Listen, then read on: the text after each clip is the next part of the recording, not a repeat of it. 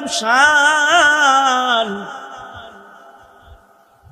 আল্লাহর রাসূল হযরত উমরের মানাকিব বলতে গিয়ে বুঝাইছেন, আল্লাহর রাসূল উমরের মর্যাদা বলতে গিয়ে বলেছেন, লাউ কানা বাবি নবিয়্যুন লাকানা উমর। সরকার বলেন, হে আমার সাহাবীরা শোনো শোনো, আমার উমরের শান কত জানো? আমার পরে যদি এই দুনিয়াতে কাউকে আল্লাহ তাআলা নবুয়ত দিতেন, তাহলে উমরকে আল্লাহ তাআলা নবী বানাইতেন, নবুয়ত দান করতেন। আল্লাহু আকবার। জোরে আওয়াজ করে বলেন আল্লাহু আকবার। এটা উমরের আজব শান। ইসলাম সে তো পরশমণি, তারে কে পেয়েছে খুঁজিয়ে, পরশে তাহার শোনা হলো যারা, তাদের ওই মোরা বুঝি। বলেছেন হযরত রাসূল শেষ পয়গম্বর, আমার পরে যদি নবী হতো কেউ হতো ঠিক সে উমর। অর্থাৎ হযরত উমরের আজব শান হলো নবীর পরে আর নবী নাই।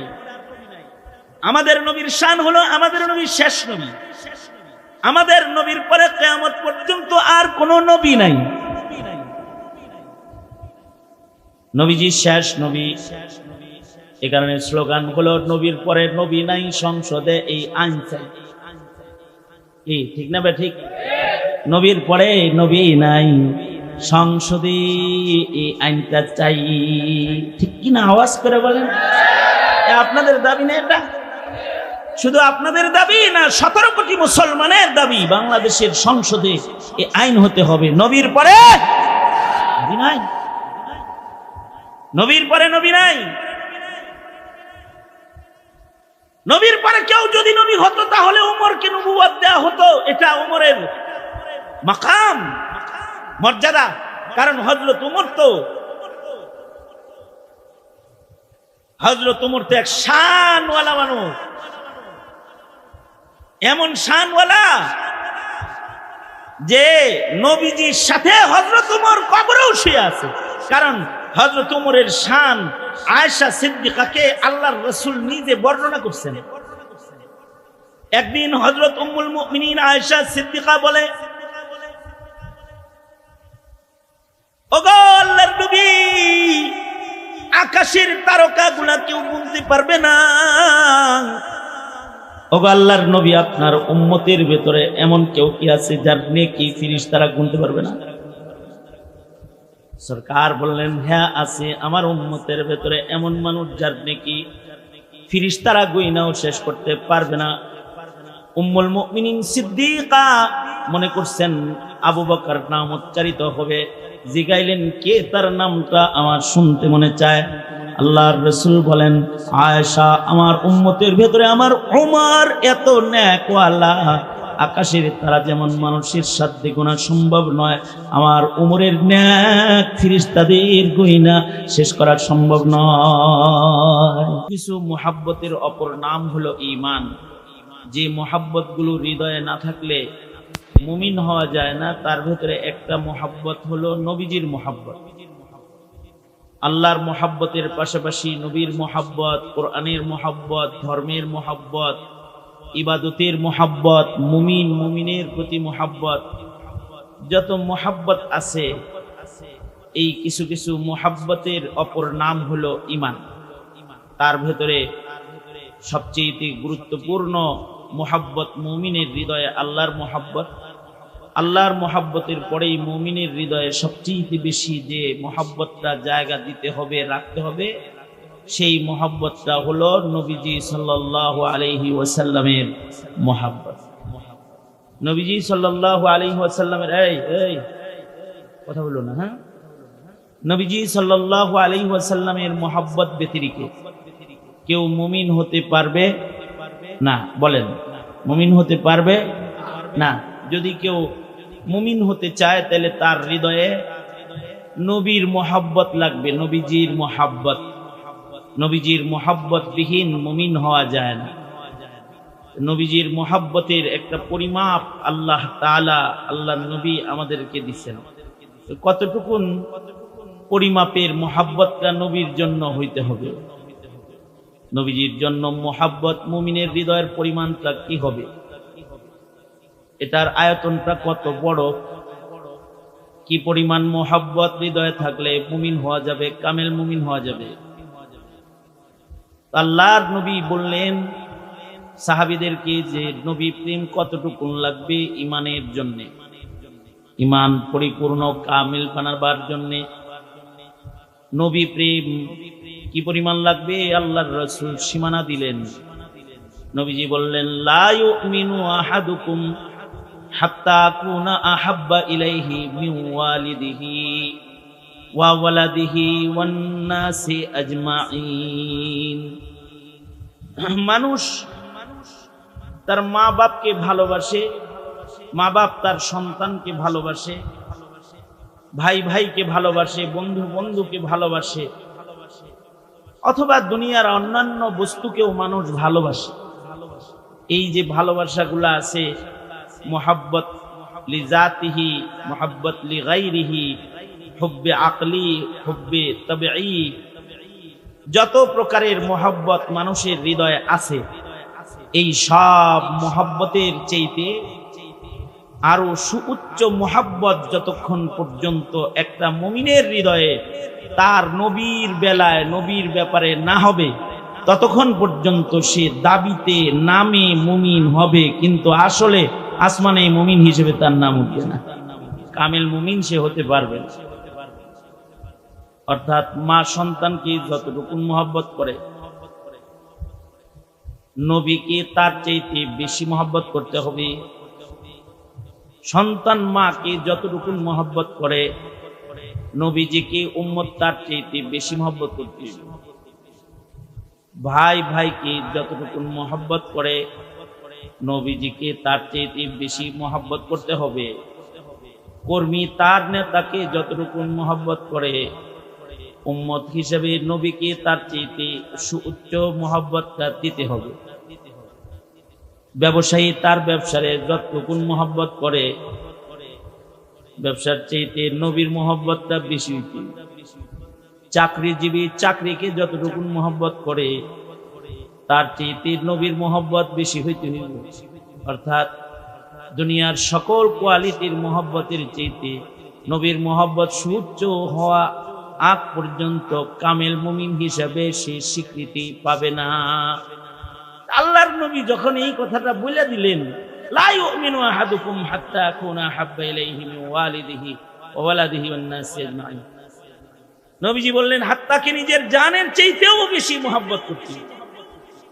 মানুষ জানকে, তার জীবনকে, নিজেকে সবচেয়ে বেশি মুহাব্বত করে।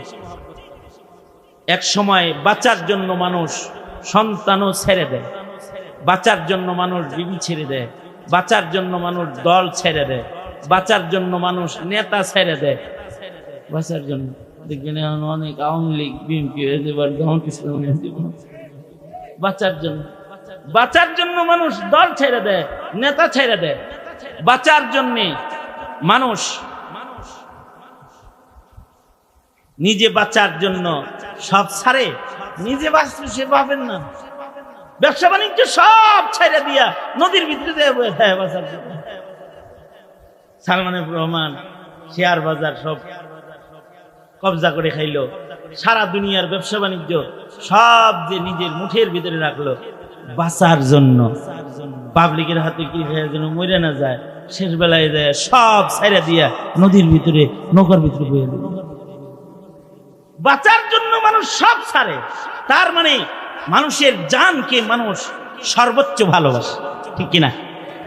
জীবনকে মানুষ সবচেয়ে বেশি ভালোবাসে। এই জন্য প্রবাদ আসে, কয় নিজে বাঁচলে বাপের নাম।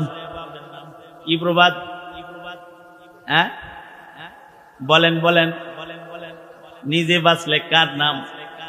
আমি আগে ভাই চলে তারপরে বাপের নাম। তার মানে নিজকে মানুষ অনেক ভালোবাসে, কিন্তু আল্লাহর রাসূল বলেন মুমিন হতে হলে নিজের জানের চেয়েও বেশি ভালোবাসতে হবে বিশ্ব নবী মুহাম্মদুর রাসূলুল্লাহ সাল্লাল্লাহু আলাইহি ওয়াসাল্লামকে। নবীজিকে জানের চেয়ে বেশি ভালোবাসতে। ইকো বন্ধ করে দাও একেবারে। আল্লাহর রাসূল সাল্লাল্লাহু আলাইহি ওয়াসাল্লাম যখন এই কথা বললেন, তখন উমর সামনে আছে, হযরত ওমর। হযরত উমর একটা আশ্চর্য কথা বললেন। হযরত উমর বললেন, ওগো সরকার, ওগো সরদার, আমি আমার সবকিছুর চাইতে আপনাকে বেশি ভালোবাসি, কিন্তু এখনো আমার জানের চাইতে আপনাকে বেশি ভালোবাসি না। এখনো আমার জীবনের চাইতে আপনাকে বেশি ভালোবাসতে পারি নাই। সরওয়ারে দু আলম নবী বললেন, উমর, তুমি এখনো পর্যন্ত কামেল মুমিন হতে পারো নাই। কি বলতেছে হযরত ওমর? কি বলতেছে? আমি বাপের চাইতে বেশি ভালোবাসি, সন্তানের চাইতে বেশি ভালোবাসি, সবকিছুর চাইতে আপনাকে বেশি ভালোবাসি, কিন্তু আমার জানের চাইতে আপনাকে বেশি ভালো এখনো বাসতে পারি নাই। আল্লাহর রাসূল উত্তর করলেন, ওমর, তুমি এখনো কামেল মুমিন হও নাই। 2 মিনিট পরে হযরত ওমর বলতেছে, ওগো আল্লাহর নবী, বেশি সময় না, মাত্র 2 মিনিট। চাদর দিয়ে নিজের ঢাকছে। এরপরে আল্লাহর রাসূল কি বলতেছে, ওগো আল্লাহর নবী, আমি এখন এই মুহূর্তে আমি আমার জানের চাইতে আপনি রাসূলকে আমার জীবনের চাইতে বেশি ভালোবাসি। এবার আল্লাহর রাসূল বলে কি, আল আন, এই উমর, একটু আগেও কামেল মুমিন ছিল না, এই যে কেবল এখন তুমি কামেল মুমিন হলে। এই কেবল তুমি কামেল মুমিন হইলা যে তুমি তোমার জানের চাইতেও তুমি আমাকে বেশি ভালোবাসো। এখন একটা প্রশ্ন হলো, কথা বললে জামগা, আমি কথা বললে জামগা না, বয়ান শোনা গেলেই তো হয়, আওয়াজ হইতেছে শুনতে থাকেন, কথা বলি না, হাতে সময় করি, আমি মেঘ বৃষ্টি উল্টা পাল্টা পরিবেশ, আমি খুব সংক্ষেপে, আবার রাগ হইবেন হুজুর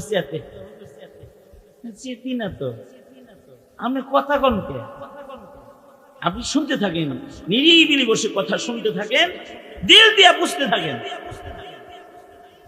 হযরত ওমর বললেন, এখন আমি ভালোবাসি। নবী বললেন, এখন মুমিন হলা। এখন প্রশ্ন হলো, 2 মিনিট আগে হযরত ওমর বললেন, জানের চাইতে বেশি ভালোবাসি না। ভালোবাসার টেম্পারেচার হঠাৎ করে এত বেশি বাড়লো কেমনি 2 মিনিটে? যে 2 মিনিট পরেই হযরত ওমর বলতেছে, এখন আমি আমার জানের চাইতে বেশি ভালোবাসি। তো মুহাদ্দিসরা বলে, আসল কথা হলো উমরের ভালোবাসা আগেও বেশি ছিল, নবীর সামনেও জানের চাইতে বেশি। উমরের ভালোবাসা 2 মিনিট আগেও যা ছিল, 2 মিনিট পরে তাই আছে।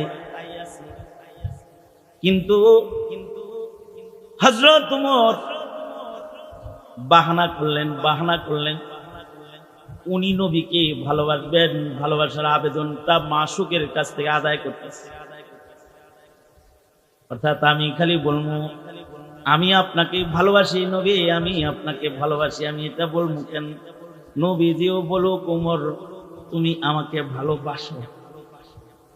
নবীর পক্ষ থেকে ইজাব হোক, আবেদন হোক, আর আমার পক্ষ থেকে কবুল হয়ে যাক। ইজাব আর কবুলের মাধ্যমে ভালোবাসাটা আল্লাহর কাছে সেটেল হয়ে যাক। আল্লাহু আকবার, জোরে করে বলেন। অর্থাৎ রাসূল বলে, ওমর তুমি আমাকে ভালোবাসো, আর হযরত ওমরও বলতেছি, ওগো আল্লাহর নবী আমি বাসি। ভালোবাসা বাসিটা বন্ধুর সাথে, আল্লাহর দোস্তের সাথে যদি তার মুখ দিয়ে সেটেল হয়ে যায়, ময়দানে মাহশরে আল্লাহ তাআলা নবীর আশেকের দপ্তর থেকে তার বন্ধুর স্বীকৃতিওয়ালা একটা আশেকরে কাইটা দিবে না। এটা বাহানা করে জিনিসটা সেটেল করে নিতেছে। আল্লামা উসমানী বলেন যে হযরত ওমর বাহানা করে, জাস্টিস তাকি উসমানী বলেন ফাতুল মুলহিমে, বাহানা করে নবীর মুখ দিয়ে এটা বাইর করে নিলেন। তাছাড়া হযরত ওমরের মুহাব্বত তো আগেও বেশি ছিল। আরো মুহাদ্দিসদের কত ব্যাখ্যা হাদিসে, মুহাদ্দিসরা কত কথা কয়।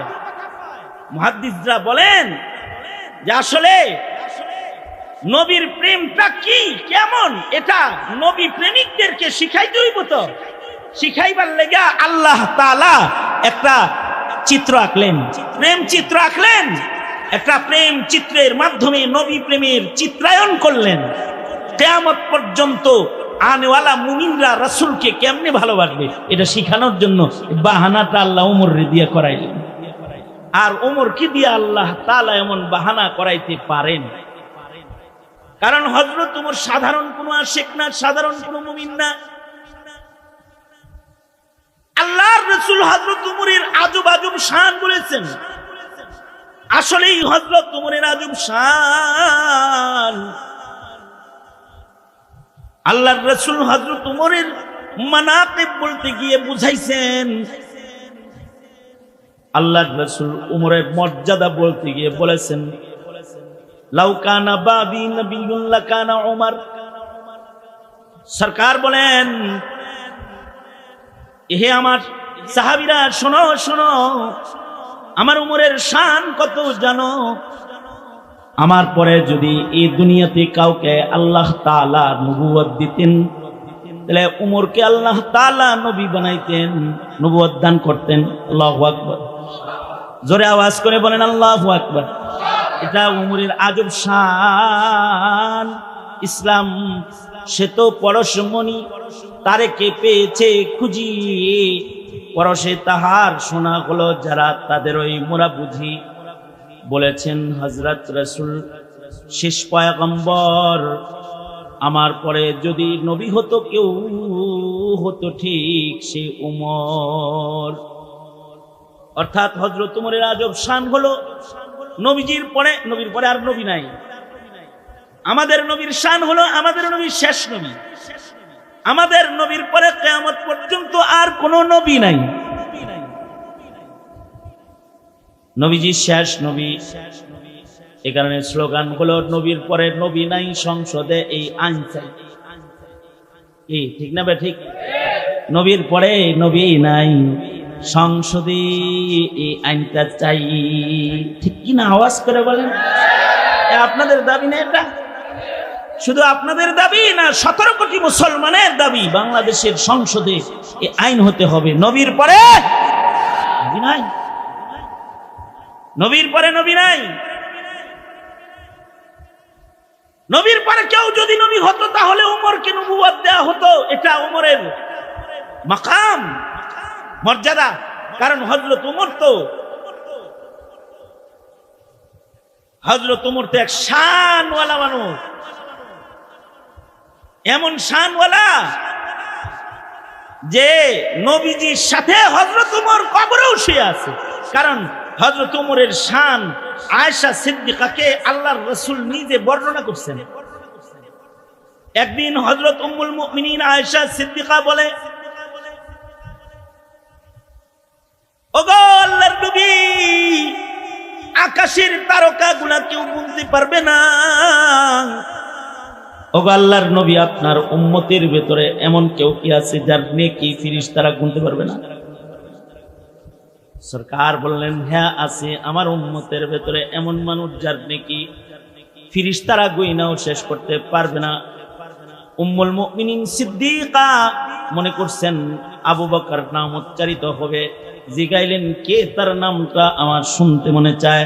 আল্লাহর রাসূল বলেন, আয়েশা, আমার উম্মতের ভেতরে আমার ওমর এত নেকওয়ালা, আকাশের তারা যেমন মানুষের সাথে গোনা সম্ভব নয়, আমার ওমরের নেক ফেরেশতাদের গয়না শেষ করা সম্ভব নয়। এত নেকি ওমরের আছে। এই কারণেই হযরত আয়েশা নিজের কবরের জায়গাটাও ছেড়ে দিয়েছেন। অর্থাৎ হুজরায়ে আয়েশায় মোট 4টা কবরের জায়গা। রওজা আতহার যেখানে উম্মুল মুমিনিন হযরত আয়েশা সিদ্দিকার কামরা যেটা, ঘর যেটা, এই ঘরের ভেতরে মোট কবরের জায়গা হলো 4টা।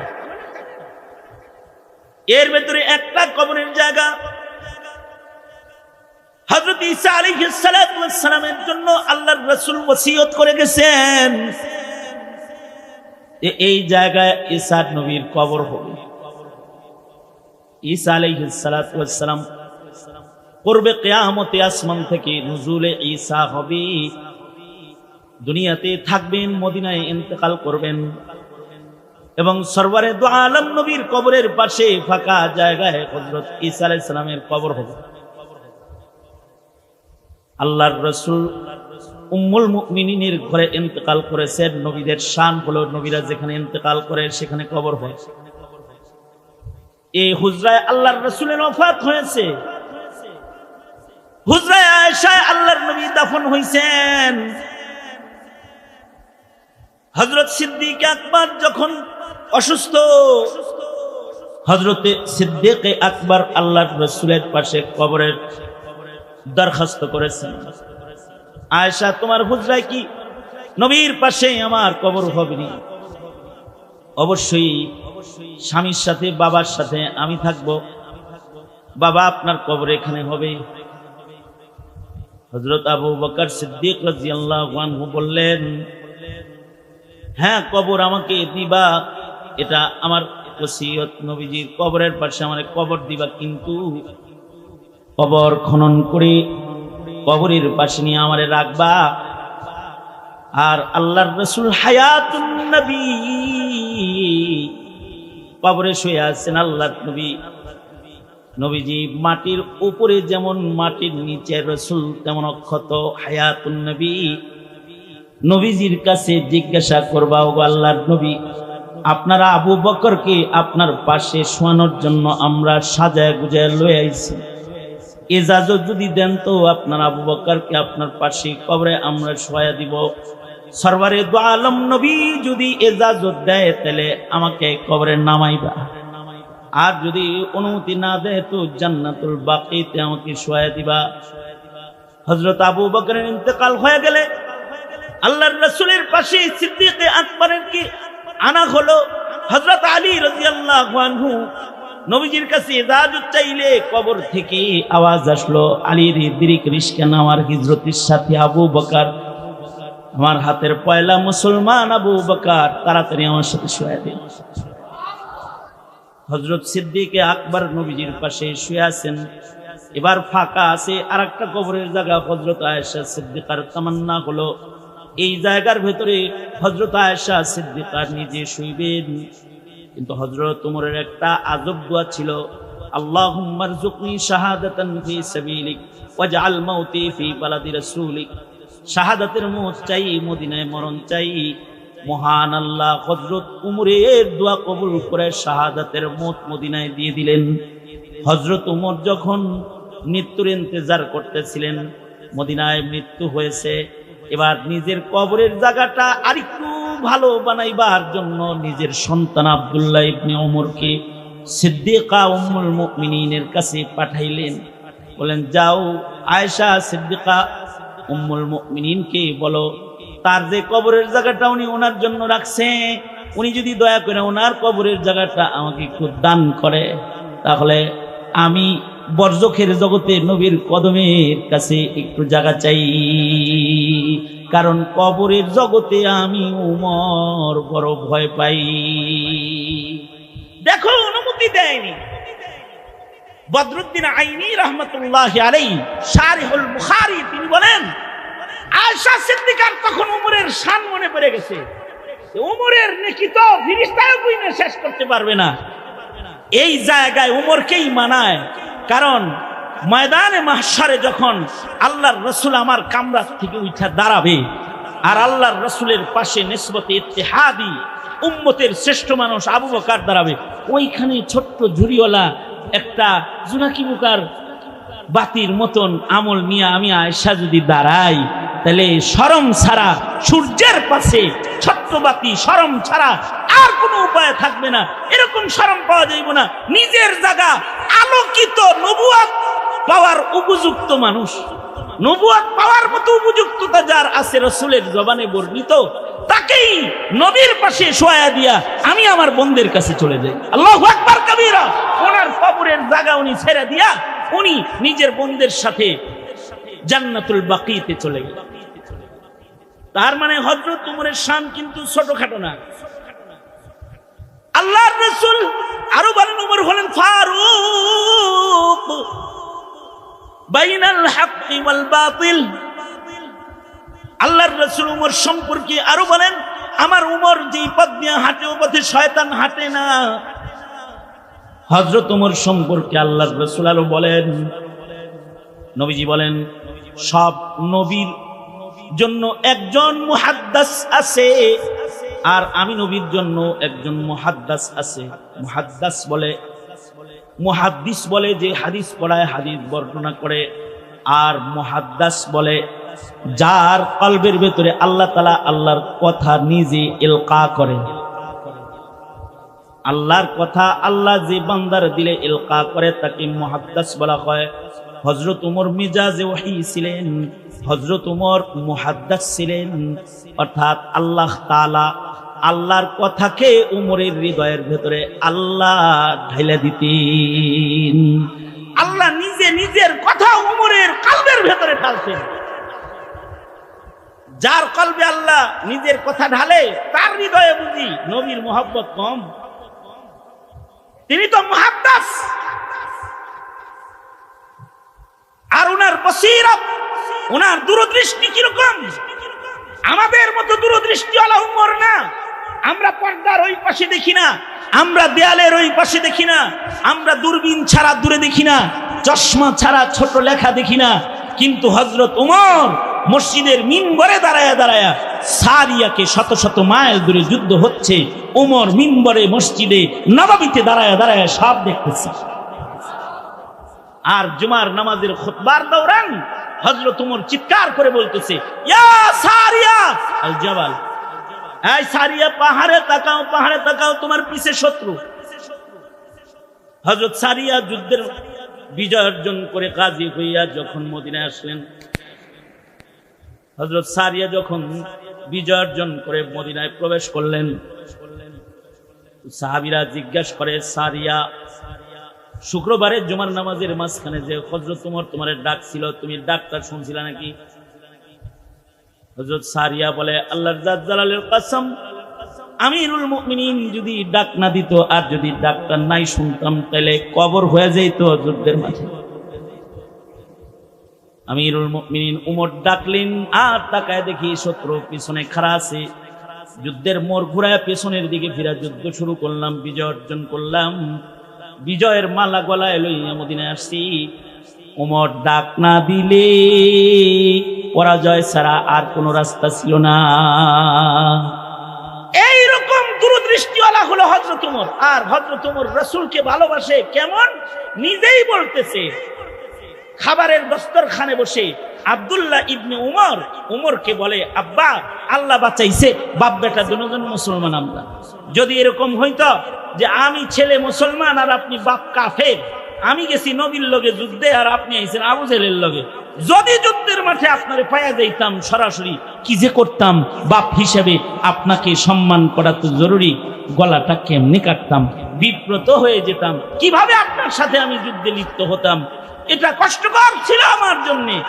আল্লাহ বাঁচাইছে, আমরা বাপ বেটা আলাদা দলের হইনি, আমরা দুজনই এক দলের, নবীর দলের। হযরত উমর বলতেছে, সন্তান, প্রেম খেলাটা খেলতে পারলাম না। বিষয়টা যদি এমন না হয়ে এমন উল্টো হইতো, তুই কাফেরের দলে যুদ্ধ করতে আইছস আর আমি উমর নবীর দলে যুদ্ধ করতে গেছি, আমি মুমিন তুই কাফের, এমন কোন চিত্র যদি যুদ্ধের ময়দানে পাওয়া যেত, আর যদি যুদ্ধের ময়দানে ছেলে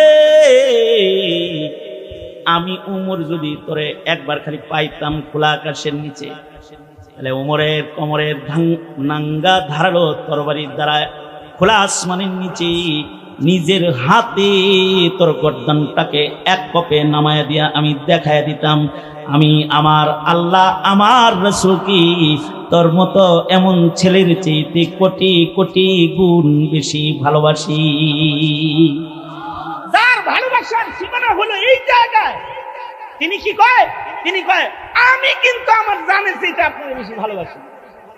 বিষয়টা আসলে ভালোবাসে না তা না, আল্লাহ একটা আশেক দিয়া একটা ইশকের চিত্র আইকা কিয়ামত পর্যন্ত আনেওয়ালা মুসলমান যারা এই পৃথিবীতে আগমন করবে, অথবা 2024-এ যারা মুসলিম হিসেবে পৃথিবীতে আগমন করবে, আর তাদের সামনে নরেন্দ্র মোদীর, কসাই মোদীর নবী বিরোধী দালালগুলা যখন নবীর ব্যাপারে কুৎসা রটাবে, নবীকে কটূক্তি করবে, ওই সময় এই সারা দুনিয়ার নবী বিদ্বেষী যারা, রসুল বিদ্বেষী যারা, তারা যখন উগ্রতায় মেতে উঠবে, তখন নবী প্রেমিকদের প্রেমের চিত্রটা কেমন হবে এটা জাতিকে শিখাইতে হবে। তো এটা শিখান লাগবে। তো তাআলা মুহাদ্দিস উমর দিয়া নাটক সাজাইতে,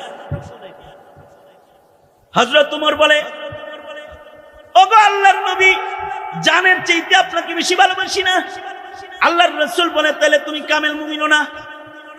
2 মিনিট পরেই হযরত উমর কয়, আমি আমার জানের চাইতে আপনাকে বেশি ভালোবাসি।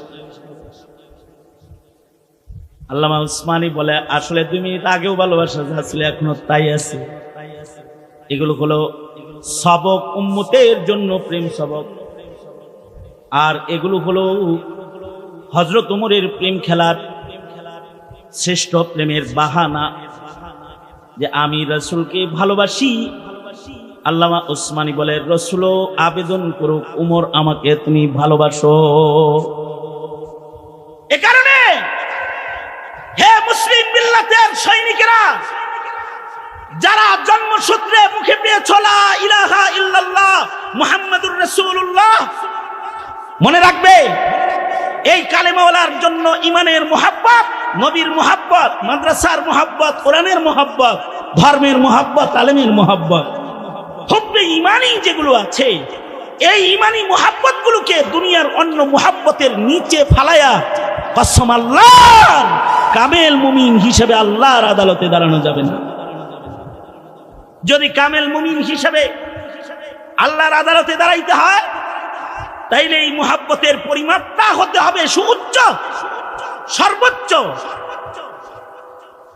এইটাই যদি মুহাব্বতের পরিমাপ হয়, তাইলে আপনারা বলুন, রবিউল আউয়ালে শুধুই মাত্র ঈদ উদযাপনের মাধ্যমেই কি মুহাব্বতের হক আদায় হয়ে যায়? অথবা বৎসরে 2টি র্যালি করলেই কি এই মুহাব্বতের হক আদায় হয়ে যায়? অথবা ঈদে মিলাদুন নবী পালন করলেই কি এই মুহাব্বতের হক আদায় হয়ে যায়? নাকি শেষ নিঃশ্বাস পর্যন্ত জীবনের বিনিময়ে হলেও নবীর ইজ্জত রক্ষা করে নবীর ইত্তিবার মাধ্যমে মুহাব্বত প্রমাণ করতে হয়? এটাও তো শিখার বিষয় আছে, ঠিক কিনা? জোরে আওয়াজ করে বলেন, এটা শিখার বিষয় আছে। শুধুই মাত্র এটা শিখার বিষয় তা না, এটা নিজের সন্তানকে শিখানোরও বিষয়। আমি শুধু জানলাম, আমার ছেলে জানলো না, আমার মেয়ে জানলো না, আমার বিবি জানলো না, তা না। সাহাবীরা নিজেও মুহাব্বত করছে, বিবিরেও মুহাব্বত শিখাইছে, নিজেও মুহাব্বত করছে, ছেলেরও নবী প্রেম শিখাইছে। আর আমরা নবীকে মুহাব্বত করলেও আমাদের ঘরে নবী বিদ্বেষী শয়তান বসবাস করছে। আমাদের মুসলিম ঘরে নাস্তিক জন্ম হচ্ছে, আমাদের ঘরের রমণীরা নবী বিদ্বেষ প্রকাশ করছে। এই ভাই দাঁড়িয়ে রাখেন না, কে রে, বউ অনুমতি দেন। তার মানে বিবিরে নবীর মুহাব্বত শিখানো হয় নাই। এই ভাই, আপনার ছেলেটা উল্টা চলে কেন রে? আমারে মানে না, ওই নেতারে মানে। তার মানে নেতা চিনেছে, কিন্তু আপনার সন্তান আপনার নবী চিনে না। এখন কেন চিনাইলেন না? ময়দানে মাহশারে যদি আল্লাহ জিজ্ঞেস করে, কি উত্তর দিবেন? সঙ্গত কারণে আমার দাওয়াত হলো প্রতিটি ঘরে ঘরে সিরাতুন নবীর আলোচনা, নবী পাকের মানাকিব, নবী পাকের শান, নবী পাকের মুহাব্বতের আলোচনা, নবী পাকের সাথে উম্মতের সাথে মুহাব্বতের তাআল্লুকটা কেমন হওয়া চাই। এই আলোচনাগুলো যত মিল্লাতের কাছে পৌঁছবে, কেউ নবীর আশিক হবে তো আল্লাহ তাআলা এই বান্দাটার আশিক হয়ে যাবে। এইটাই আল্লাহ পাকের ওয়াদা। কুল ইন কুনতুম তুহিব্বুনাল্লাহ, কুল ইন কুনতুম তুহিব্বুনাল্লাহ ফাত্তাবিউনি ইউহিব্বুকুমুল্লাহ ওয়া ইয়াগফির লাকুম যুনুবাকুম ওয়াল্লাহু গফুরুর রহিম। আমরা যদি আল্লাহর ভালোবাসা চাই, আল্লাহ কয় আমাদের নবীর আশিক। আমরা নবীর আশেক যেমন হব, আল্লাহ আমাদের আশেক তেমন হবে। এ কারণে এই সাহাবীদের প্রতিযোগিতা ছিল নবীর আশেক হওয়ার। কেউ ইশক প্রকাশ করতে যায়, কয় আল্লাহ চোখটা লয়ে যাও, যে চোখ দিয়ে রসুল দেখা যাবে না ওই চোখ আমার লাগবে না। কেউ বলে যে গোসলের পরে পাক পয়গম্বরকে পাওয়া যাবে না, আমার অমন বদন আর পাক করতে হবে না। নাপাক অবস্থায় যুদ্ধের ময়দানে উহুদের মাঠে চলে গেছে, অংশগ্রহণ করেছে, নিজের জান বিতরণ করে ফেলেছে, নবীর প্রেমটা প্রকাশ করে ফেলেছি। অর্থাৎ আল্লাহরে কয়, ওগো আল্লাহ, আমার নিজের বদন পাক করার চাইতে তোমার নবীর শান মান, তোমার নবীর জান রক্ষা করার মায়া আমার বেশি। যুদ্ধের ময়দানে চলে গেছি তো আল্লাহ তাআলা নবীর আশেকের কদর কেমন করেছি যে শুধুই মাত্র আমল নামার গুনাহ ধোয়া নাই, আল্লাহ তাআলা দেহের নাপাকটাও ধুয়ে দিছে। যুদ্ধের ময়দানে হানজালাকে গোসল দেওয়ার জন্য যখন হানজালাকে তালাশ করা হচ্ছে, তো হযরত জিবরাইল এসে বলে, সরকার গো, এটা আপনার আশে করে গোসল দেওয়ার জন্য আপনার খোঁজা লাগবে না। আকাশে তাকায়া দেখেন, আপনার আশেকের প্রেমে পড়ে আল্লাহ নিজে ইশক প্রকাশ করে ফেলেছে। দুনিয়ার পানি নয়, জান্নাতের পানি দিয়ে হানজালাকে আল্লাহ গোসল দিয়ে দিছি। কেউ যদি নবীর প্রেম প্রকাশ করে তো তার জন্য আল্লাহ আল্লাহর প্রেম প্রকাশ করে। সঙ্গত কারণে মৌলবীরা নবী প্রেম প্রকাশ করতে যায়। মৌলবীরা শাপলা চত্বরে গিয়েছিল নবী প্রেম প্রকাশ করতে, রাজপথে জান দিয়েছে নবী প্রেম প্রকাশ করতে, হ্যাঁ, ব্রাহ্মণবাড়িয়ায় রক্ত দিয়েছে খাতমে নবুয়ত রক্ষা করতে, পঞ্চগড়ে শাহাদাত বরণ করেছে নবীর খাতমে নবুয়ত রক্ষা করতে, জীবন দিয়েছে, রক্ত দিয়েছে, নবীর জন্য দিয়েছে। হ্যাঁ, তোমার ওই তৈয়ারি লাগবে। এই জমিনে নবীর দুশমন যারা, তাদের বিরুদ্ধে যদি তোমার জীবনও দিতে হয়, জীবনের বিনিময়ে হলেও নবীর সম্মান তুমি নবী প্রেমিক হয়ে রক্ষা করবে। এটাই ঈমান, এটার নামই মুসলমানের ঈমান। এটা তৈয়ারি থাকতে হবে। সঙ্গত কারণে আমরা সরকার যখন যেই বদল হয় আর যেই ক্ষমতার মসনদে বসে যায়, আমরা তাদেরকে বলে থাকি যে এই জমিন মুসলমানের জমিন, মুমিনের জমিন, শাহজালালের জমিন, শাহ মাখদুমের জমিন, ওলি বুজুর্গদের জমিন, তাবলীগের জমিন, তাজকিয়াতুন নুফুসের খানকাহে সুসজ্জিত জমিন, মসজিদে মসজিদে মিনারায় আজানে আজানে বরকতি আওয়াজে ধ্বনিত জমিন। এই জমিনে আমরা নবীর ইজ্জতে হামলাকারী কুলাঙ্গারদের মৃত্যুদণ্ডের আইন চাই, মৃত্যুদণ্ডের আইন চাই, মৃত্যুদণ্ডের আইন চাই। হ্যাঁ, যদি আমাদের এই নবী প্রেমের মূল্যায়ন কেউ না করে, তাহলে এমন কাউকে এ বাঙালি দল করতে পারে, রাজনীতি করতে পারে, নবীর ইজ্জতে আঘাত করলে স্কুল কলেজ সব এক হয়ে যায়। নবীর দুশমনদেরকে ক্ষমতার মসনদে বসে থাকতে দেওয়া হবে না, হবে না, কখনো এ জাতি দিবে না। এটা এ জাতির ঈমান। সঙ্গত কারণে আপনারা যারা এই বৃষ্টি ভেজা রাতে এখনো বৃষ্টি পড়ছে, এর ভেতরেও নবীর ঘরে যারা বসেছেন, আপনাদেরকে বলি, নবী প্রেমের মূল্যায়ন করে কখনো যদি ইমানের ইমতিহানে দাঁড়াতে হয়, জীবন দিয়ে জানের চাইতে রাসূলকে বেশি ভালোবাসি, এটা প্রমাণ করতে রাজি আছি তো ইনশাআল্লাহ, রাজি আছি তো ইনশাআল্লাহ। আল্লাহ তাআলা আমাদের সবাইকে, আমাদের প্রজন্মকে নবী প্রেমিক করে কবুল করুন, আমিন বলেন। এই বৃষ্টির ভেতরে এই আয়োজিত এই মাহফিলকে আল্লাহ তাআলা কবুল মঞ্জুর করুন।